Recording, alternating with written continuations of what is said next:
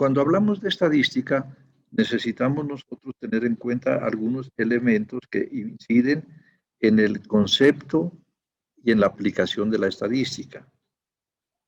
Hay tres palabras que son fundamentales en el quehacer humano, en el desarrollo personal, el desarrollo profesional, etc. Estas tres palabras son información. Información es el nombre por el que se conoce un conjunto organizado de datos procesados que constituyen un mensaje que cambia el conocimiento del sujeto o del elemento que recibe dicho mensaje. Hay muchas definiciones que uno puede encontrar para entender lo que es la información. Los datos sensoriales, una vez percibidos y procesados, constituyen una información que cambia el estado de conocimiento. Eso permite a los individuos o sistemas que poseen dicho estado un nuevo conocimiento para poder así tomar las decisiones pertinentes acordes a dicho conocimiento. Miremos un ejemplo. Si les digo a ustedes que son las 5 de la tarde, 3 minutos, ¿les estoy entregando información? Esto no constituye información para ustedes, porque creo que ninguno está interesado en saber la hora. La información es aquello que se necesita conocer. Si, por ejemplo, yo digo que hoy es un día miércoles, tampoco es información para ustedes, porque a nadie creo que le interese saber qué día es hoy, ya uno ya lo sabe. Entonces hay que tener muy presente eso. La información es aquello que cambia el estado de conocimiento. Cuando un estudiante cursa una asignatura, tiene que mirar cuál es el contenido de esa asignatura que necesita conocer, que necesita mantener en su conocimiento. Esa es la información, no es cualquier cosa. La segunda palabra es informática. Tenemos allí una definición de bastantes añitos de la Academia Francesa de 1966. Dice que la informática es la ciencia del tratamiento sistemático y eficaz, realizado especialmente mediante máquinas automáticas, de la información, contemplada como vehículo del saber humano y de la comunicación en los ámbitos técnico, económico y social. Miren por qué traigo esa definición. La informática lo que nos permite es manejar unas máquinas que nos van a ayudar muchísimo en el procesamiento y sistematización de la información. Y que esta información es un vehículo del saber humano y de la comunicación, pero la comunicación en los ámbitos técnico, económico y social. La informática nos facilita procesar la información. La tercera palabra es lo que nos tiene aquí, que es la estadística. La definición más común de estadística es que es la parte de las matemáticas que se encarga del estudio de una determinada característica en una población, recogiendo datos, organizándolos en tablas, representándolos gráficamente y analizándolos para sacar conclusiones de dicha población. Repito, esta es la definición que uno más encuentra, aunque no la comparto, porque en este momento la estadística no es una parte de las matemáticas, la estadística es una ciencia propia. Y esta estadística, esta ciencia, se ocupa de la recolección, agrupación, presentación, análisis e interpretación de datos para tomar decisiones. Por eso decimos que la estadística es un método científico que pretende sacar conclusiones a partir de unas observaciones hechas. Entonces, miren cómo podemos agrupar estas tres palabritas. Lo fundamental para el ser humano es la información.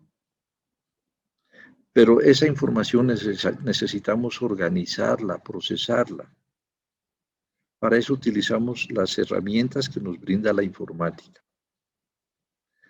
Pero es muy importante de que la información que obtenemos sea buena, es decir, que sea confiable, que sea la mejor información posible. Y entonces para hacer ese trabajo, para sacar algunas conclusiones, vamos a utilizar la estadística. Miren algo de historia. Desde los comienzos de la civilización han existido formas sencillas de hacer estadística. Ya se utilizaban representaciones gráficas y otros símbolos en pieles, en rocas, palos y paredes de cuevas para contar el número de personas, animales o ciertas cosas, es decir, para realizar inventarios.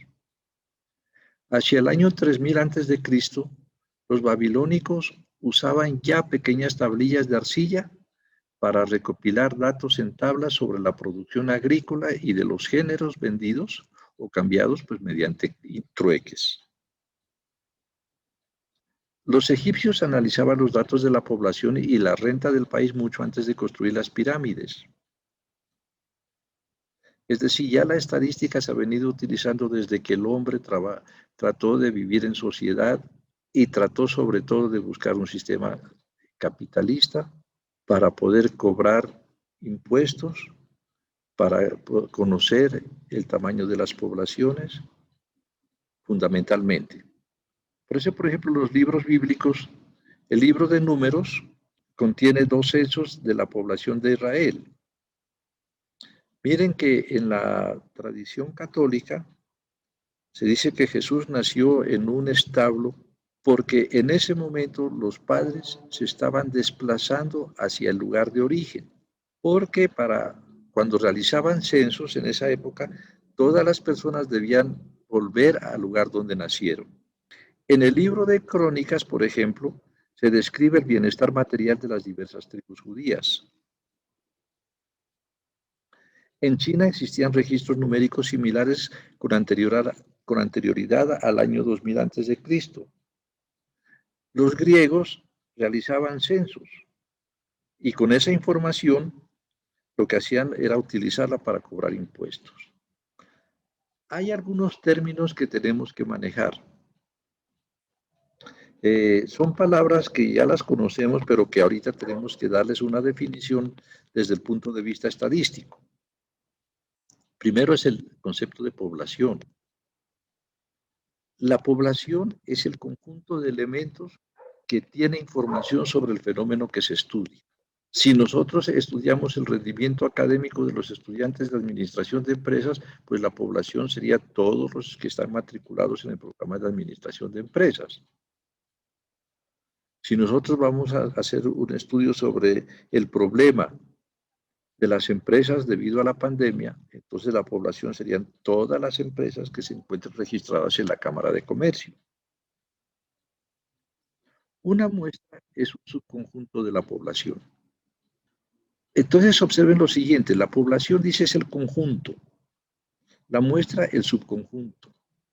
La población y la muestra, al ser conjuntos, les cabe todo lo que hayan mirado ustedes desde la primaria en matemáticas en teoría de conjuntos. Las poblaciones y las muestras se pueden unir, intersectar, buscar el complemento, la diferencia. ¿Sí? Va a haber poblaciones finitas, poblaciones infinitas. Son válidas las leyes de De Morgan. Y si yo quiero trabajar con estos elementos, puedo utilizar un diagrama de Venn. Ese dibujito clásico de un rectángulo y dentro 2 bolitas que se intersectan. Población y muestra es válida toda la teoría de conjuntos. El muestreo, pues es el procedimiento empleado para sacar muestras.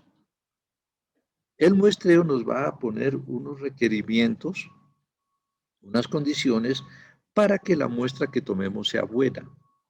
Censo es un fenómeno donde se observa a toda la población.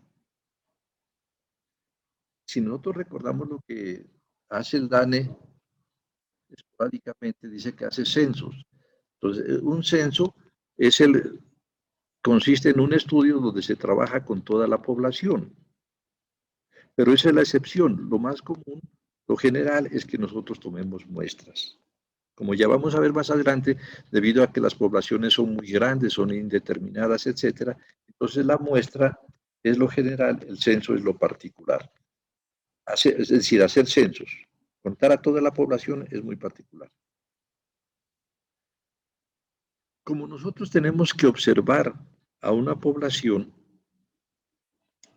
hay dos criterios para la observación. El primero es el de la fuente. Entonces, según la fuente, la información se puede clasificar como observación directa o de fuente primaria, que es aquella donde se tiene un contacto presencial con los elementos que tienen la información que nosotros vamos a estudiar. Hay contacto presencial, contacto directo con los elementos. Esa es la de primera fuente. Hay otra que es la observación indirecta. Es aquella donde el investigador hace uso de datos estadísticos ya conocidos, puede ser en una investigación anterior, en un trabajo anterior, o que fueron observados por un tercero. Y de allí se va a tomar los datos para sacar otras conclusiones. Esa es la fuente secundaria.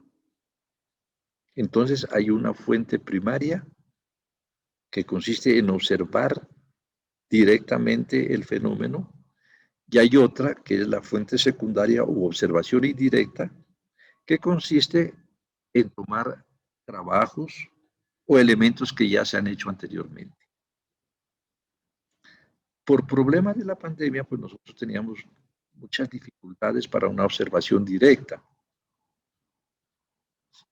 Sin embargo, ahorita pues ya se puede lograr en algunos casos ese tipo de observación, aunque no en el 100% de los casos, y uno tiene que recurrir a una observación indirecta. Atendiendo a la periodicidad, esa observación puede ser continua. Como su nombre lo indica, es aquella que se lleva a cabo de un modo permanente. Es el caso ahorita desde el problema con el COVID, pues de los enfermos, en los cuales se tiene que hacer una observación, un control permanente sobre su estado de salud. Hay otra que es periódica, es decir, que se realiza a intervalos de tiempo. Esos intervalos pueden ser días, semanas, trimestres, años, etcétera. ¿Sí? Por ejemplo, las empresas cuando van a hacer estudios sobre su comportamiento económico, entonces generalmente toman años. Es muy común que a nivel oficial, por ejemplo, nos hablen de comportamientos anuales, porque entonces en ese caso la observación es periódica. Hay otros países donde las observaciones son trimestrales, que nosotros vamos a llamar estacionales. Sí. Es decir, el cambio de estación hace un cambio en el comportamiento de las empresas, entonces hay que hacer observaciones trimestrales. Los biólogos, por ejemplo, cuando miran el crecimiento de una planta, hacen observaciones cada 8 días. Esas son periódicas. Y la última es la circunstancial. Es aquella que se efectúa en forma ocasional o esporádica, por una sola vez. Esto se debe a que en muchos casos uno no puede hacer observación continua ni periódica. Por ejemplo, cuando se propone un trabajo de un proyecto semestral, pues la observación hay que hacerla una sola vez. Y entonces esa se convierte en una observación circunstancial. Se hace en un momento determinado. Lo importante es buscar el mejor momento. Aquí entonces tenemos nosotros que hay dos elementos que se deben tener en cuenta para observar la población. El uno es la fuente y el otro la periodicidad. La variable. Entonces, una variable es una característica que puede tomar diferentes valores. Estas variables, y esto sí ya se mira desde las matemáticas, desde la primaria, se clasifican como cualitativas o cuantitativas. Las cualitativas o atributos son aquellas que no se pueden medir numéricamente. Hay casos donde uno confunde unos dígitos como símbolos con los dígitos como números. Hay muchos ejemplos en encuestas donde el sexo también lo identifican con un código. Por ejemplo, dicen sexo, 1 femenino, 2 masculino.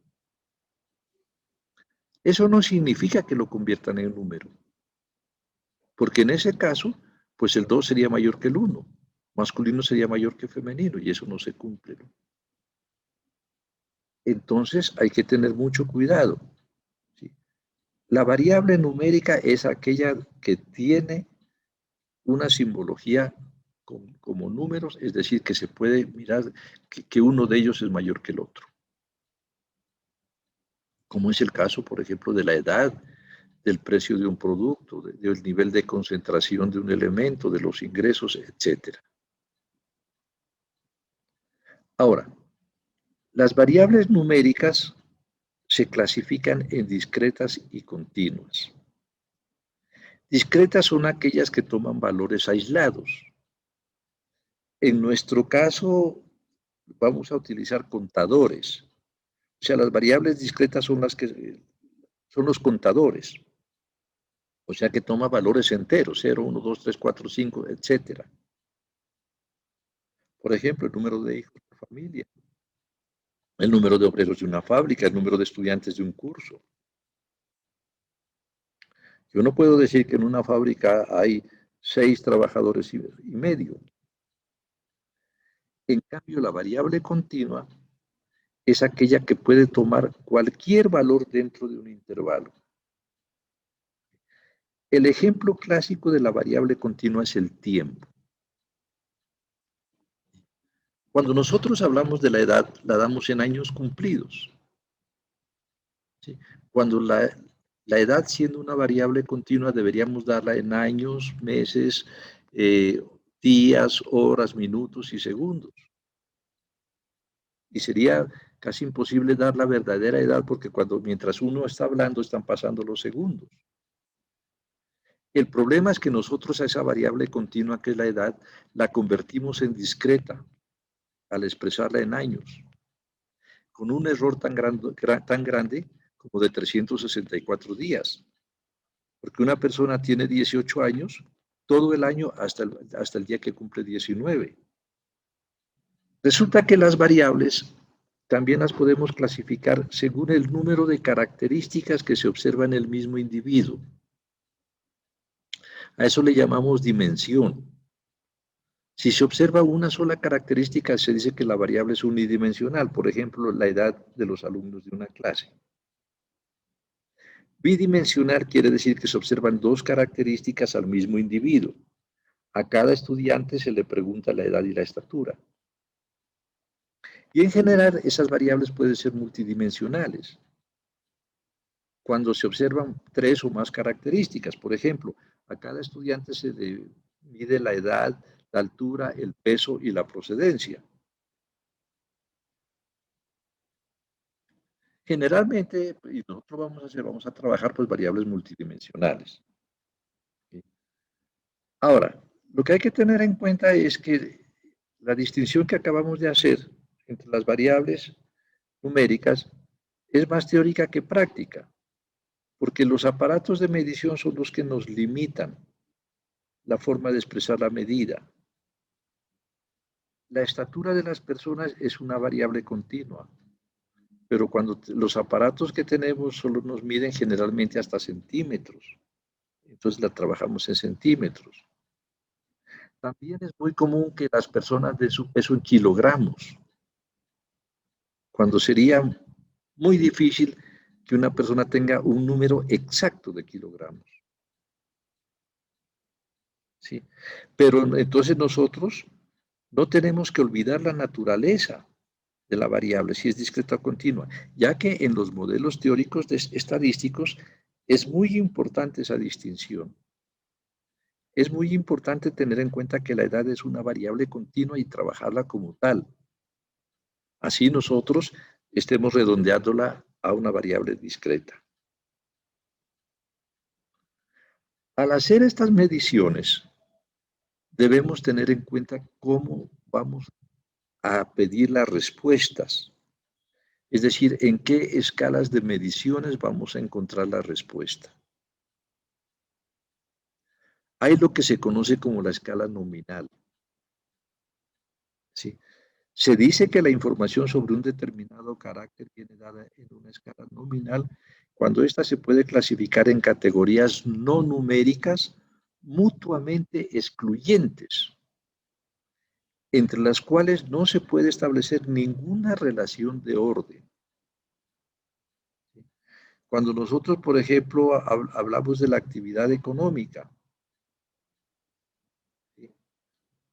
Y hablamos de que es un profesional independiente, y otro nos dice que es un obrero. Entonces, ¿qué tenemos? De que son completamente independientes. Es lo uno o lo otro, pero no puede estar en ambos. Es el caso del Estado civil, por ejemplo. ¿Sí? Cuando nosotros vamos a clasificar a una persona por Estado civil, pues vamos a tener unas categorías excluyentes que no podemos ordenarlas. Cuando nosotros hablamos de soltero o casado, ¿sí? Pues es lo uno o lo otro, pero no ambas. Y no podemos ordenar, no podemos decir que primero está el soltero y después el casado. Eso no tiene sentido. Es decir, escala nominal, recuerden los nombres, no son numéricas, no se pueden ordenar y son excluyentes. Hay otra que es la escala ordinal. No es numérica, pero sí se puede ordenar. Tenemos el ejemplo de los niveles de estudios. Nosotros tenemos un nivel de estudios primaria, bachillerato, técnico, profesional. Tiene que ser uno de ellos, pero no otro. No es numérica, pero sí tiene un orden. Es como el caso de los estratos, ¿no? La estratificación de familias por su capacidad de consumo, puede decir, es un estrato bajo, medio, alto. ¿Sí? No son numéricos, pero sí admiten un orden. Nosotros vamos a utilizar mucho lo que se conoce como la escala de Likert, donde se toman 5 intervalos, ¿sí? Que generalmente son, por ejemplo, excelente, bueno, regular, malo, pésimo. Si no son numéricos, pero sí se pueden ordenar. Hay otra que es la escala de intervalos. En ese caso ya la variable es numérica, pero se puede agrupar en unos intervalos según las necesidades del estudio. Por ejemplo, en el caso de los salarios. Uno puede decir los que ganan menos de 1 millón de pesos, los que ganan entre 1 y 2 millones de pesos. Eso también nos llevaría a hablar de presupuestos, de gastos. El caso de las calificaciones. Generalmente cuando la calificación viene dada entre 0 y 5, entonces uno agrupa por unidades, menos de 1, 1 a menos de 2, 2 a menos de 3, hasta allí pierden la asignatura, 3 a 4, 4 a 5. Son intervalos. Y la otra es la de proporción, es decir, donde se toma cada valor numérico, no se lo agrupa, sino que se tiene el valor en sí y entonces ese tiene un punto de partida o de origen que lo podemos considerar el cero absoluto. Por ejemplo, la edad. Cuando hablamos de edad, el punto de partida es mayor que cero, porque si es cero, pues quiere decir que no ha nacido.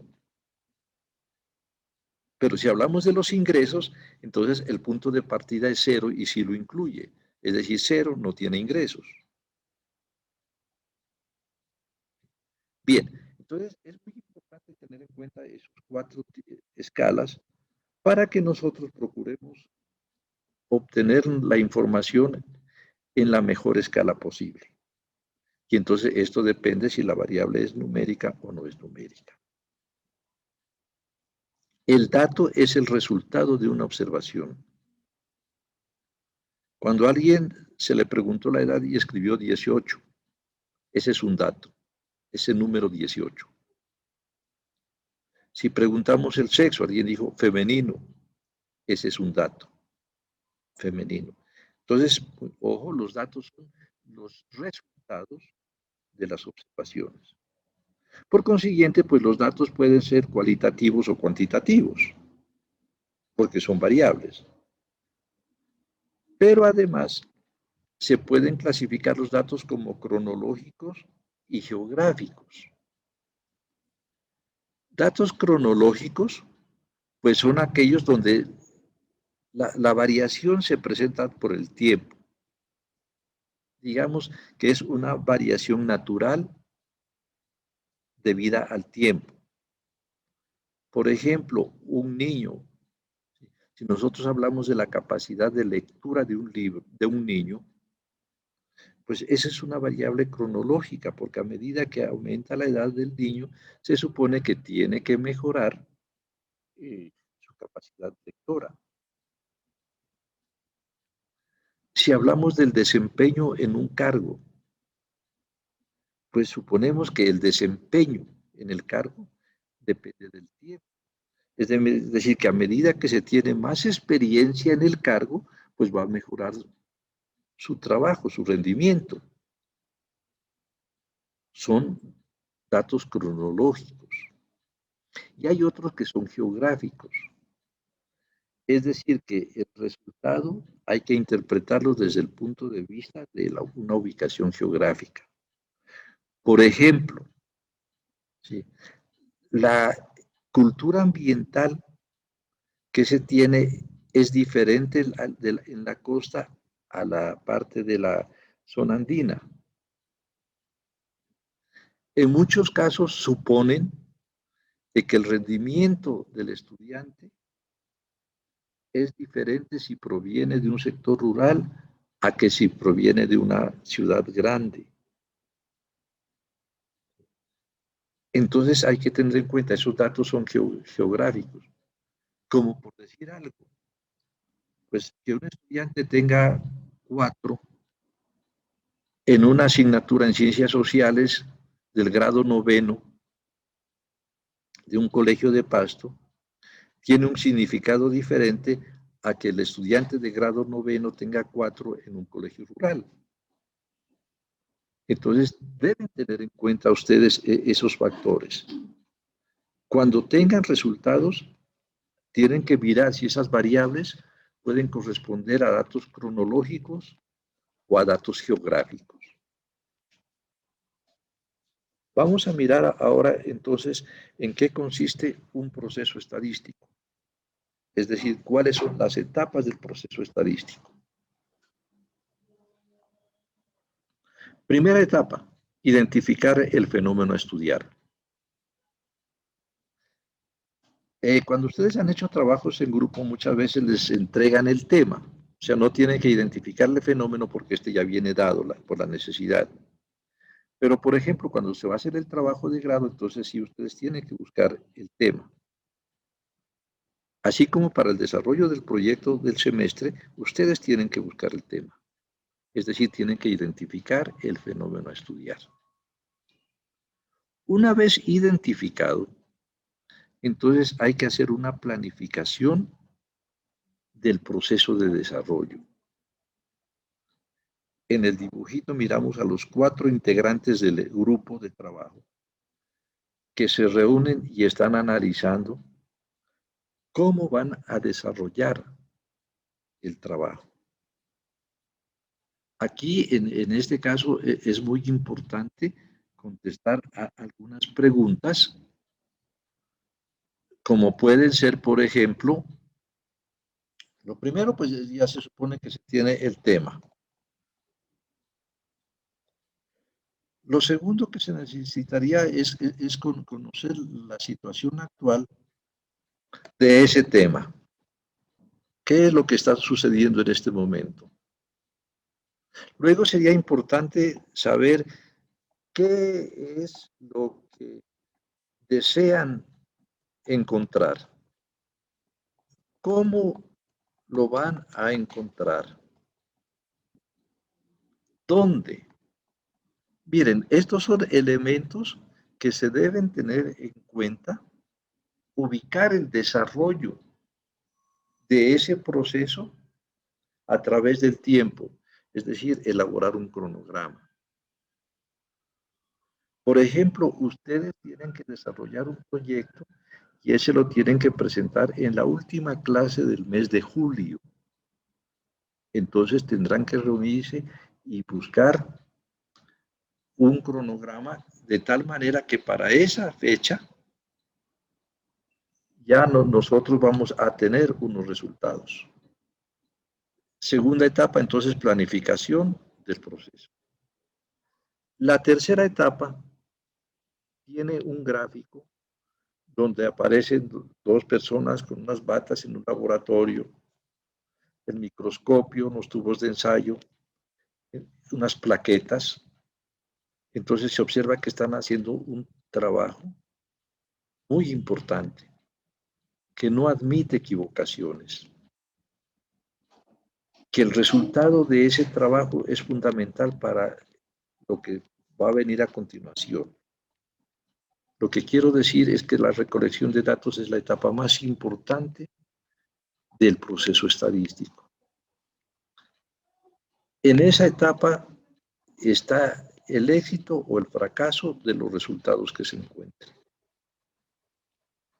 De tal manera que hay que tener mucho cuidado con esa recolección de datos. Una vez que se tienen los datos, entonces ya viene una cuarta etapa que consiste en digitar esos datos. Pues nosotros hacemos uso de la informática, es decir, digitamos en un computador, en unos paquetes computacionales, en un software apropiado, y entonces lo que esperamos es que después de digitar esos datos, el computador nos entregue unos resultados. Obtenidos los resultados, entonces viene la última etapa, que es el análisis y la interpretación de los resultados. Para ello, nosotros necesitamos una teoría que nos soporte lo que nosotros podemos sacar de los resultados, es decir, el análisis y la interpretación. Por ejemplo, si un estudiante el semestre pasado obtuvo una calificación promedio de 3,9, pues hasta ahí no estoy diciendo nada. Calificación promedio es 3,9. ¿Y eso qué significa? ¿Es bueno? ¿Es malo? ¿Ese estudiante entonces, comparado con los demás, es bueno? Entonces, mire, yo puedo decir, la calificación de por sí sola es buena, regular, mala, pésimo, ¿qué es? Excelente. ¿Cómo se ubica el estudiante frente a los demás compañeros? Es decir, se necesita tener una teoría para poder nosotros analizar e interpretar los resultados y poder tomar conclusiones. En pantalla tienen el proceso que se sigue dentro del trabajo estadístico. Cuando nosotros hacemos investigaciones, tenemos que identificar la población objeto de la investigación. De esa población, nosotros tomamos una muestra y en esa muestra hacemos las observaciones. Para que la muestra sea lo mejor posible, entonces nosotros vamos a tener lo que aparece allí como diseños muestrales. Pero para mirar los diseños muestrales necesitamos más teoría, entonces eso no lo podemos hacer en este momento, eso lo dejamos superior de estadística. Por ahora lo que hacemos es tomar la muestra, hacer las observaciones y esa información procesarla para que nos entregue el computador unas tablas de frecuencia, unos gráficos, unas medidas, unas asociaciones. Todo esto recibe el nombre de estadística descriptiva. Entonces, la estadística descriptiva se va a encargar de mirar cómo hacer tablas de frecuencia, gráficos, encontrar medidas y asociaciones. Esas medidas que encontramos en la muestra, los resultados de la muestra, necesitamos trasladarlos a la población. No nos interesa hablar de resultados muestrales, sino de resultados poblacionales. Para ello necesitamos una herramienta que se conoce como el cálculo de probabilidades. En el dibujito, en el diagrama que aparece allí, está una flecha verde. Eso corresponde al cálculo de probabilidades. En realidad es un puente. Cuando cerramos el puente podemos continuar nuestro camino. El cálculo de probabilidades es una herramienta necesaria para hacer inferencia estadística. La inferencia estadística consiste en que los resultados muestrales los podamos asimilar como resultados poblacionales. Los resultados muestrales se conocen como estadísticas.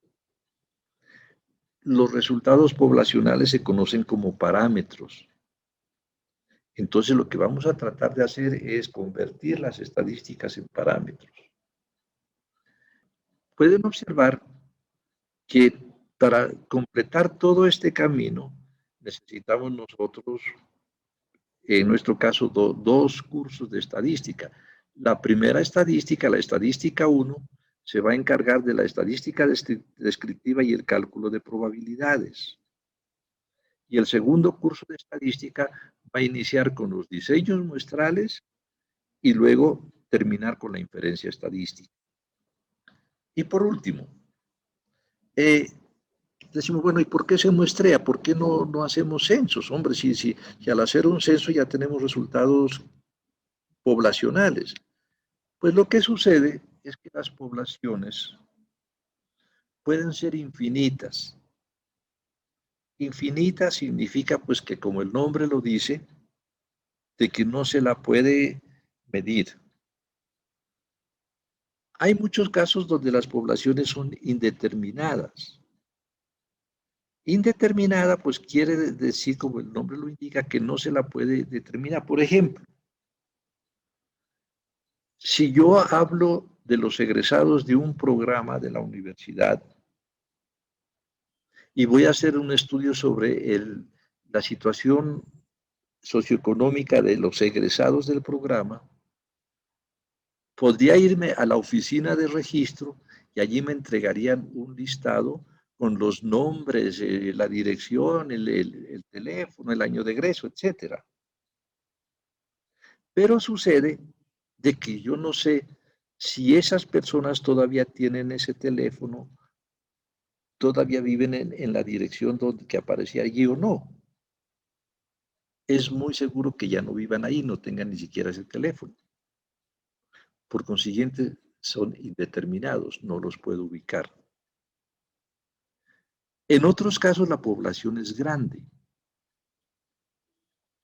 Y hay otro donde la población es perecedera. Es decir, que si yo me pongo a observar la población, los elementos que observo mueren, perecen. Por ejemplo, la duración de unos bombillos. Si yo voy a hacer un estudio sobre la duración de los bombillos, pues tengo que encenderlos hasta que se fundan. Dejaron de servir. Si yo voy a hacer un estudio sobre la duración de las pantallas de unos monitores de computadores, pues ¿qué tengo que hacer? Tener encendido el monitor hasta que se funda. Entonces, es perecedera la población. Por eso es que generalmente nosotros no trabajamos con poblaciones, sino que tomamos muestra. Y les repito que las medidas poblacionales se conocen como parámetros. Es decir, cuando se realiza un censo se encuentran parámetros. Cuando se trabaja con muestra, las medidas, los resultados que se encuentran son estadísticas. El DANE cada mes nos entrega estadísticas del costo de vida, del desempleo, etcétera. No nos entrega parámetros.